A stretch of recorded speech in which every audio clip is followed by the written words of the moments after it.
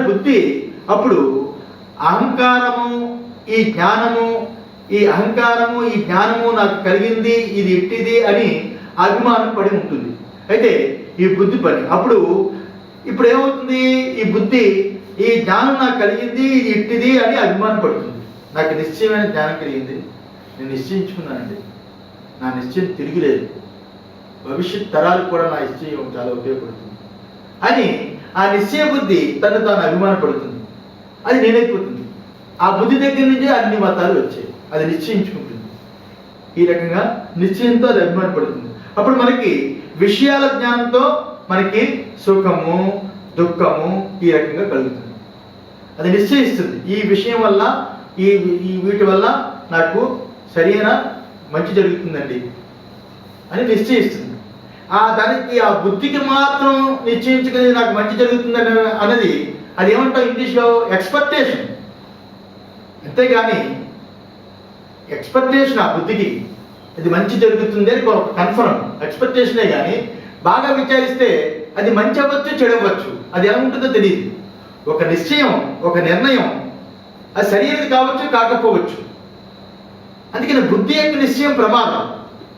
బుద్ధికి కావాలన్న పెద్దలు ఆప్తులు లేకపోతే శాస్త్రము దాన్ని పరిగణనలో తీసుకుని దాన్ని పెట్టుకుని విచారించినప్పుడు బుద్ధి పర్వాలేదు.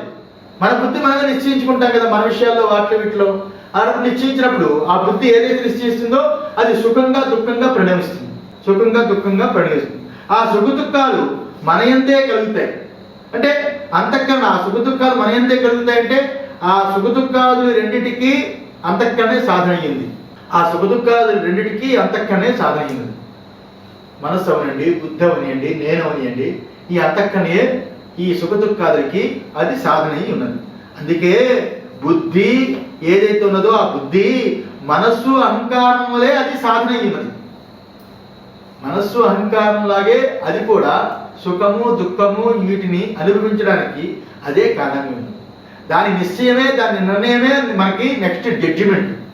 ఆ జడ్జిమెంట్ ఏమొస్తుంది, ఆ జడ్జి గారు ఏం చెప్తాడో అది సుఖమా దుఃఖమా అనేది ఏదైతే నిర్ణయిస్తాడో ఆ విధిరాత అలా వస్తుంది. ఎందుకంటే వీడి నిర్ణయాలు అది నిర్ణయం తీసుకునే వరకు వీడి పరిమితి. వీడు ఆశపడవచ్చు ఏదైనా నా జడ్జిమెంట్ మంచిదే వస్తుందని, ఆశకేముంది ఏదైనా పెట్టుకోవచ్చు. కానీ జడ్జిమెంట్ ఏదైతే ఉన్నదో వీడు అనుకున్నది రాకపోవచ్చు, అది దుఃఖం అవ్వచ్చు సుఖం అవ్వచ్చు, అది అనుభవించాల్సి వస్తుంది. ఇది అంతఃకరణ ఈ రకంగా ఉండడం చేత, బుద్ధి ఈ రకంగా ఉండడం చేత మనస్సు నేను అనేది ఏ రకంగానో ఆ రకంగా బుద్ధి కూడా అది విషయమే అయినది. అప్పుడు మనస్సు బుద్ధి అహంకారము మొదలు అన్నీ ఏమిటవి, అవి జ్ఞానానికి వృత్తులు. అవి జ్ఞాన స్వరూపాలు కాదు. నేను తెలివైన వాడిని, నేను చాలా జ్ఞానవంతుణ్ణి అనుకుంటాం కదా, అది నేను జ్ఞానవంతుణ్ణి అంటే అది జ్ఞానవంతం కాదు. జ్ఞానవంతం అనేది వేరు, అది జ్ఞానం యొక్క వృత్తి. ఇప్పుడు ఉదాహరణకి ఇప్పుడు సుఖము దుఃఖము ఆశ కోపము భయము సిగ్గు ఇవేవైతే ఉన్నాయో అవి వేదనా వృత్తులు అంతే కదా. సుఖము దుఃఖము కోపము ఆశ భయము ఏవైతే ఉన్నాయో అవన్నీ మనోవేదన యొక్క వృత్తులు కదా, వేదనానుభవాలు వేదన వృత్తులు కదా అవి. అలాగే ఈ వృత్తులన్నీ అంతఃకరణలోనే కలుగుతాయి కదా. ఇవన్నీ వృత్తులు. ఇప్పుడు ఈ వస్తువులో సుఖం ఉండదు, బయట వస్తువులో సుఖం ఉండదు. ఈ బయట వస్తువు లోపల వేసినప్పుడు దాన్ని మార్చుకుంటాం, లోపల సుఖంగా దుఃఖంగా మంచిగా చెడుగా ప్రేమగా ప్రియంగా అప్రియంగా వాటిగా లోపల చేసుకుంటాం. వస్తువుల బయట ఏముంటుంది కదా, లోపల దాన్ని డిస్కషన్ చేసుకుంటాం. మనసులోని బుద్ధిలో ఇంత జరుగుతుంది, లోపల మనసులోని బుద్ధిలోని డిస్కషన్ చేసుకుని బుద్ధి ఒక నిర్ణయాన్ని చేస్తుంది. నిర్ణయం చేసినప్పుడు సుఖము దుఃఖము కోపము ఆశ భయము సిగ్గు ఇవన్నీ ఆ డిస్కషన్లో అవన్నీ వేదనానుభవాలు, అంతఃకరణ యొక్క అనుభవాలు కాబట్టి అది వేదనానుభవాలు, వేదన యొక్క వృత్తులు. ఈ వృత్తులన్నీ అంతఃకరణ అంతే కలుగుతాయి అంతే కదా. ఈ వృత్తులన్నీ అంతఃకరణ ఎందుకు కలుగుతాయి. ఆ వృత్తులు ఏవైతే ఉన్నాయో ఆ వృత్తులు నా స్వరూపం కాదు. ఎందువల్ల కాదు, అది నా స్వరూపం అయితే మనం ఇంతసేపు డిస్కషన్ నేను చేయలేను.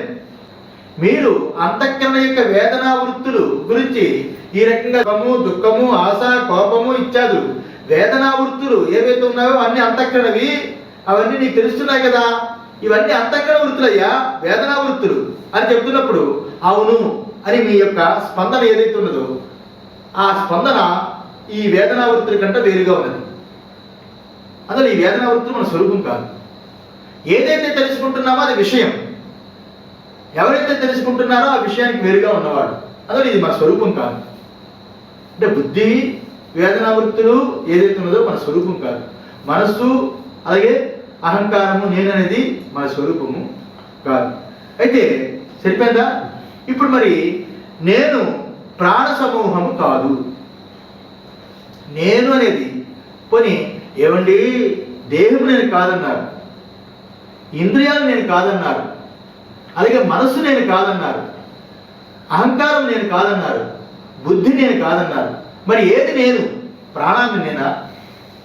ప్రాణవర్గం, ప్రాణ సమూహం నేనా? ప్రాణ సమూహం అంటే పంచప్రాణాలు ఉంటాయి కదా, ఆ పంచప్రాణాలు అది నేనా? ఏది మరి నేను అంటే ఈ కొందరు దీని గురించి ఇలా డిస్కషన్ చేశారు. ఈ ప్రాణం కోసం కొందరు ఈ రకంగా డిస్కషన్ చేశారు. ఏంటంటే ఇంద్రియాలు మనం కాము, ఇంద్రియాలు నేను కాదు, మరి మనస్సు బుద్ధి అహంకారం ఏవైతే ఉన్నాయో అవి కూడా మనం కాము, మరి వాటిని ఉపయోగించే వాళ్ళమే మనమై ఉన్నాము. మనం ఎవరిని? ఇంద్రియాలను ఉపయోగించేవాడు. అంతకన్నా మనస్సు రెండు కాదు.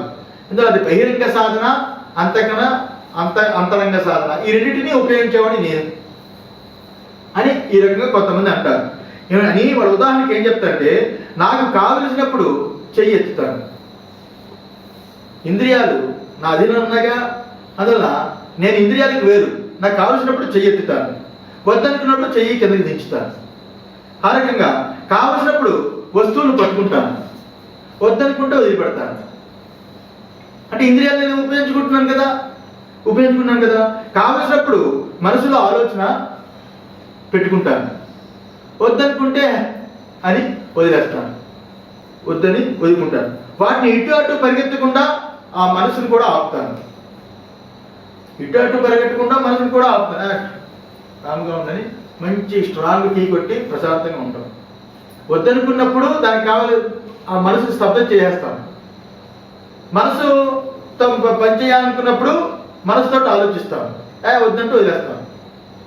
అలాగే ఇంద్రియాలతో పని చేయాలనుకున్నప్పుడు చేయెత్తుతాం, దించుతాం, నడుస్తాం, కూర్చుంటే ఇవన్నీ చేస్తాం. అప్పుడు ఏమైంది?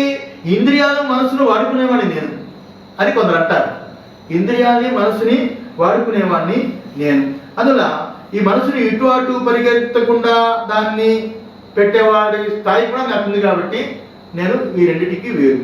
ఇలాగా దేహేంద్రియాలు ఎవరికి కట్టుబడి ఉన్నాయో ఆ వస్తువే నేను అని కొంతమంది అన్నారు. ఈ దేహేంద్రియాలు ఎవరికి కట్టుబడి ఉన్నాయో ఆ వస్తువే నేనని కొంతమంది అన్నారు.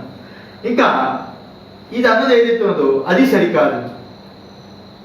ఎందువల్లంటే దేహేంద్రియాలు పరిచయించే శక్తి ప్రాణానికి లేదు.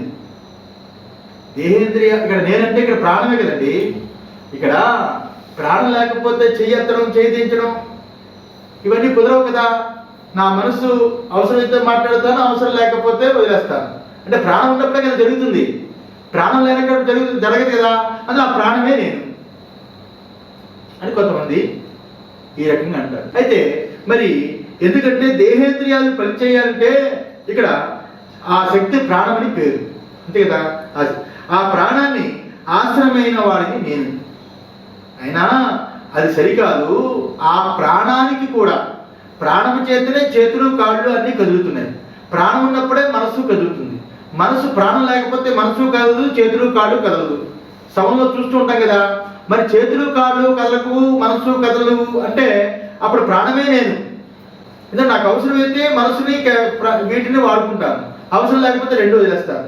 అదే నా ప్రాణం యొక్క అధీనంలో అంతఃకరణ ఉంది, బాహ్యేంద్రియాలు ఉన్నాయి, అందులో ప్రాణమే నేను అని అంటాం. అయితే ఇక్కడ ప్రాణం ఏదైతే ఉన్నదో ఈ ప్రాణం అనేది ప్రాణాన్ని కూడా ఆశ్రయమై ఉన్నది నేను. ఆయన ప్రాణం నీవు కాదు. ఎందుకంటే ముందు చెప్పినట్టుగా మనస్సు బుద్ధి అహంకారము జ్ఞానానికి ఏ రకంగా సంబంధించి ఉన్నాయో ఆ మూడు జ్ఞానానికి సంబంధించి ఉన్నాయి. జ్ఞానానికి సంబంధించి ఉన్నాయంటే జ్ఞానం చేత తెలియబడుతున్నాయి కదా. బుద్ధిని తెలుసుకుంటున్నాము, మనసును తెలుసుకుంటున్నాము, ఆ రకంగా ఇంద్రియాలను తెలుసుకుంటున్నాము. శరీరాన్ని తెలుసుకుంటున్నాం, శరీరాన్ని ఇంద్రియాన్ని తెలుసుకుంటున్నాం, అదే వేరే విషయం. శరీరాన్ని ఇంద్రియాన్ని తెలుసుకుంటున్నావు అంటే మనసు చేత నువ్వు అన్నావు. నాయన అలా కాదు, మనసుని తెలుసుకుంటున్నావు, బుద్ధిని తెలుసుకుంటున్నావు, నేనుని తెలుసుకుంటున్నావు. అంటే ఈ 5 జ్ఞానానికి విషయం అయిపోయింది కదా, జ్ఞానానికి విషయం అయింది కదా. నా జ్ఞానం చేత తెలియబడుతుంది కదా, నా బుద్ధి బాగుంది లేదు, నా మనసు బాగుంది లేదు. ఈ రకంగా జ్ఞానానికి విషయం అయిపోయింది కదా. ఈ రకంగా జ్ఞానానికి మనసు, బుద్ధి, అహంకారము జ్ఞానానికి సంబంధించినట్లు ప్రాణము కూడా జ్ఞానానికి సంబంధించింది. అది మీరు అర్థం చేసుకోవాలి. ప్రాణము కూడా జ్ఞానానికే సంబంధించి ఉంది. ఎందుకంటే ఇక్కడ ప్రాణము ఏదైతే ఉన్నదో జాగ్రత్త యందు పనులు సంకల్పపూర్వకంగా చేయడమే కాకుండా ప్రాణాన్ని పెట్టుకుని సంకల్పపూర్వకంగా మనము పనులన్నీ చేస్తాం. సంకల్పం లేకుండా కూడా చేస్తాం, అది గుర్తుంచుకోవాలి. సంకల్పపూర్వకంగా పనులన్నీ చేస్తాం, సంకల్పం లేకుండా చేస్తాం. ప్రాణంతో ప్రాణం ఉన్నా లేకపోయినా పని జరుగుతుంది. ప్రాణము సంకల్పంతో చేస్తాము, సంకల్పం లేకుండా చేస్తాము. ప్రాణానికి 2 ధర్మాలు ఉన్నాయి. ఏ రకంగా అంటే ఉచ్ఛ్వాస నిశ్వాసాలు, ఇది సంకల్పం లేకుండా జరిగేది. అయితే మనం మేల్కొన్నప్పుడు ఇంకొకటి ఇప్పుడు ఇది ఇలా రకంగా జరుగుతుంది. సంకల్పం లేకుండా ఈ రకంగా జరుగుతుంది, సంకల్పంతో చేసేవి కూడా జరుగుతున్నాయి కదా. 2 ప్రాణధర్మాలే, 2 ప్రాణధర్మాలే ఉన్నాయి. సంకల్పంతో కూడుకుని చేసేది ఏదవనండి, ప్రాణాయామం అనండి, లేకపోతే లేకపోతే బయట విషయాలు. సంకల్పం మనం అంటే మన యొక్క దీన్ని పెట్టుకొని ఏదైనా పనులు అనుకోండి, ఏమైనా ప్రాణం ఉండాలి కదా. ప్రాణం లేకుండా ఎలా జరుగుతుంది? ప్రాణం ఉండి అన్ని పనులు చేస్తాను. అందులో ఈ ప్రాణమే నేననే ప్రాణాన్ని పెట్టుకొని నాకు అది కావాలి, ఇది కావాలి, ఇంద్రియాలు, మనస్సు వాటిని పెట్టి సంకల్పం పెట్టి చేస్తాను. కానీ సంకల్పం లేకుండా కూడా వ్యవహారం జరుగుతుంది అనేది మనము ఇక్కడ డిస్కవరీ చేసాం. ప్రాణం లేకుండా కూడా, సంకల్పం లేకుండా కూడా మనకి ప్రాణము పనిచేస్తూ ఉంటుందని. ఇది అసలు ప్రాణమే నేను అని వాడు అన్నాడు. కానీ ఇంత మనం డిస్కషన్ ఏం చేసి, ప్రాణం అంటే నీకు తెలియాలి కదా, ప్రాణం యొక్క హద్దు నీకు తెలియాలి కదా. నిజమే, సంకల్పపూర్వకంగా చేస్తుంది, సంకల్పం లేకుండా చేస్తుంది. అయితే ఇంకొకటి, మనం మేలుకున్నప్పుడు ఇంకొకటి నిద్రిస్తున్నారు. ప్రాణం ఎంతవరకు పరిమితో చెప్తాను. నిజమే, సంకల్పంగా చేస్తుంది, సంకల్పం లేకుండా కూడా ప్రాణమే అన్నిటికీ కారణమే ఉన్నది. అయితే ప్రాణం నేను కాదు. ఏ రకంగా ప్రాణం నేను కాదంటే, ఇప్పుడు మేల్కొన్నప్పుడు ఇంకొకడు నిద్రిస్తూ ఉంటాడు, మేల్కొన్నప్పుడు ఇంకొకడు నిద్రిస్తూ ఉంటాడు. అప్పుడు ఇంకొకడు నిద్రించినప్పుడు అక్కడ ప్రాణం ఉన్నదని మనకు తెలుస్తుంది. ఎందువల్ల? వాడు బాగా గాఢ నిద్రలో ఉన్నాడు, మనం బాగా బయట మేల్కొని ఉన్నాం. మేల్కొని ఉన్నప్పుడు ప్రాణం లేకుండా పోతుందా? వాడు ప్రాణంతో ఉన్నాడు కాబట్టి పడుకున్నాడా లేకుండా అంటాం. ప్రాణం పడిపోతే అది చచ్చిపోయాడని ఏడుస్తాం. ప్రాణంతో ఉంటాడు కదా, అక్కడ ప్రాణం మనకు కనిపిస్తుంది, ప్రాణం మనకు కనిపిస్తుంది. అక్కడ మనస్సు, హృదయము, మనస్సు, ఇంద్రియాలు పనిచేయటం లేదు కానీ ప్రాణం ఉంటుంది. నిద్రపోయేవాడు ప్రాణం ఉంటుంది, మేలుకున్నవాడు చూసినప్పుడు. అన్నప్పుడు ఆ రకంగా మన నిద్రలో కూడా ప్రాణం ఉందని చెప్పచ్చు. నిద్రలో కూడా, గాఢ నిద్రలో కూడా ప్రాణం ఉందని చెప్పచ్చు. మేలుకుని వాడు ప్రాణాన్ని చూస్తాం కదా, అప్పుడు కూడా ప్రాణం ఉంది. అంటే ప్రాణం లేని సమయం లేదు, ప్రాణం చేయని పని లేదు. ప్రాణం లేకుండా ఏ పని జరగదు. అసలు మనం సంకల్పించినవి కూడా ప్రాణం చేస్తూ ఉంటుంది. అందులో ప్రాణమే ముఖ్యం. అందులో హిరణ్య గర్భాత్మ అని వచ్చేసింది. ప్రాణాత్మ, అవ్యాకృతాత్మ, ప్రాణమే అని వచ్చింది. అంటే ప్రాణం లేని సమయం ఏమింది? చచ్చిన తర్వాత కూడా ప్రాణం వదలదు. శరీరానికి ప్రాణం వదిలింది కానీ ఆ ప్రాణమే ఇంకొక శరీరాన్ని పొందుతూ ఉంటుంది. ఆ ప్రాణమే లోపటి నుంచి బయటకు తీసుకుపోయి ఇంద్రియాలకు గోడకాల్లో లాగి ప్రాణమే ప్రయాణం చేస్తూ ఉంటుంది. అదే ప్రాణమే మరి నేను, ప్రాణం ఎప్పుడూ ఉంటుంది అనేది ఇక్కడ మనం చెప్పేది. నిద్రలో కూడా ప్రాణం ఉంటుంది. మేలుకుని వాడు చూస్తున్నాడు కదా, వాడు ప్రాణితో ఉన్నాడని. అయితే ఒక్కసారి విచారిస్తే దీన్ని, అయితే సచ్చిదానంద స్వామి వారు సార్వత్రికంగా అందరికీ సంబంధించింది తీసుకోవాలని ఉద్దేశం చేత ఇక్కడ నిజంగా అయితే జాగ్రత్త యందు నిద్ర యొక్క అనుభవం ఏదైతే ఉన్నదో, నిద్ర యొక్క అనుభవం జాగ్రత్తలో కలగదు అని చెప్తున్నారు. ఇది సిద్ధాంతం. మరి ఆ సిద్ధాంతం ఈ పుస్తకంలో పెట్టడానికి ఏంటంటే, ఆయన అందరికీ కలిగే అనుభవాన్ని తీసుకొని చెప్పాలని ఉద్దేశం చేసి చెప్తూ ఉంటారు. ఆయన ఏం చెప్తారు?